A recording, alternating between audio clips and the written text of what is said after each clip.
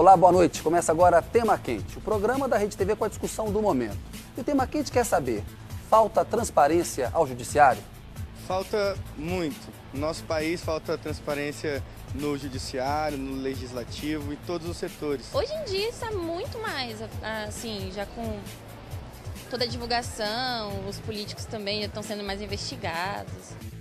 Qual é a sua opinião? Vote no site do programa e envie perguntas pelo Twitter no @TemaQuente. Para falar sobre a crise do Poder Judiciário que opõe defensores e críticos do Conselho Nacional de Justiça, o CNJ, está aqui o vice-presidente da OAB Nacional, o Alberto de Paula Machado. Boa noite, Alberto. Boa noite. Obrigado por ter vindo. Também está aqui com a gente o professor de Direito Constitucional da PUC de São Paulo, o André Ramos Tavares. Boa noite, André. Boa noite, Kennedy. Antes de começar o debate, nós vamos ver uma reportagem da Marina Campos sobre a divisão, um racha, no Conselho Nacional de Justiça. A crise no judiciário deve ganhar novos capítulos na próxima semana. O Conselho Nacional de Justiça prepara uma ofensiva para restringir os poderes de César Peluso, que é presidente do CNJ e do Supremo Tribunal Federal.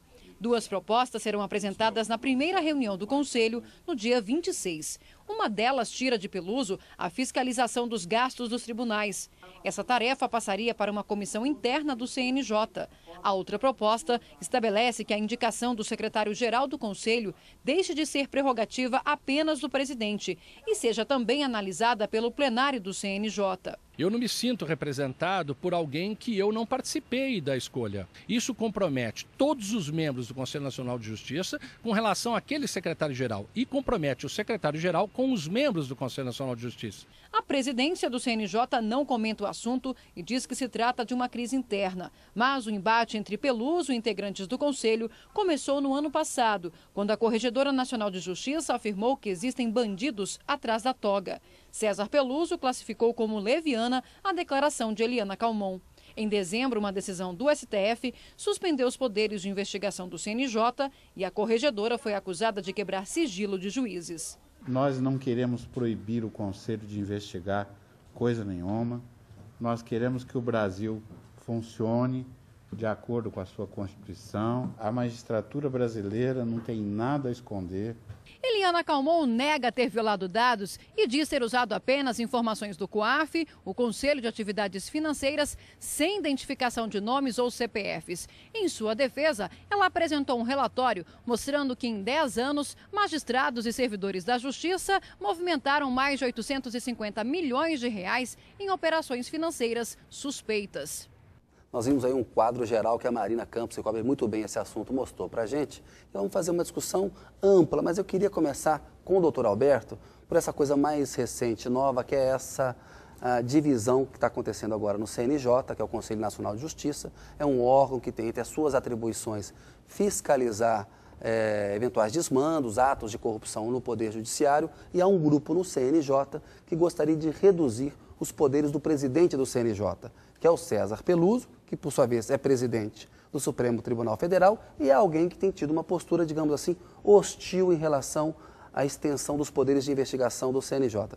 Doutor Alberto, esse grupo que está pretendendo reduzir os poderes do Peluso, eleger o secretário-geral, que é o administrador do CNJ, e criar uma comissão interna para que ela possa fazer fiscalizações, esse grupo está certo?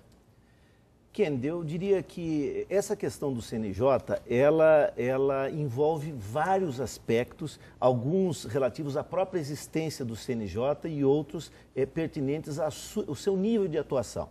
Especificamente em relação a essa discussão em torno do regimento interno e dessas disposições internas do Conselho Nacional de Justiça, eu diria que isso está muito mais ligado a uma discussão menor do que aquela que diz respeito à competência maior do Conselho Nacional de Justiça, se essa competência é ampla, se ela é subordinada e se essa competência do CNJ, de alguma maneira, alcança os tribunais ou se ela pode, de alguma maneira, também limitar a atuação dos tribunais. É um reflexo de uma briga maior. Exatamente. A briga maior diz respeito, então, a essa competência grandiosa do CNJ, e o CNJ é uma experiência recente no Brasil. E nós vamos falar dessa competência mais ampla, dessa briga maior. Eu queria ouvir o doutor André. Doutor André, a questão específica. Faz sentido que o CNJ tem 15 conselheiros. Faz sentido que uma parte dos conselheiros, um grupo, queira eleger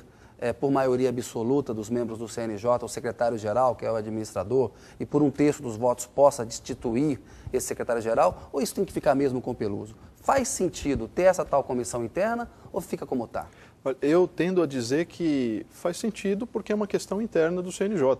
Acho que nesse ponto, talvez eu esteja aqui concordando com o doutor Alberto, porque essa é uma questão, digamos, menor em face da discussão mais ampla que, de fato, diz respeito à capacidade fiscalizatória e os limites dela em relação ao CNJ. Não é? Mas, se o CNJ entender que é, digamos, mais funcional e mais adequado que haja uma comissão interna, não é? Eu entendo que o CNJ tem competência e autonomia para adotar essa decisão. Não é? Então, eu acho que isso é de fato mais uma questão interna do CNJ, que o CNJ deve resolver internamente. Né? E que reflete essa briga maior. E deve resolver baseado em princípios, claro, de transparência, republicanos, democráticos e funcionais. Se vai resolver e vai efetivar melhor a atuação do CNJ, então que seja mudado, não é, o modelo de funcionamento. Agora, modelo de funcionamento é sempre um problema. Não é só no CNJ, em diversos tribunais. Né? André, doutor Alberto, vou pedir licença um minutinho para um pequeno intervalo. Tema quente volta daqui a pouco.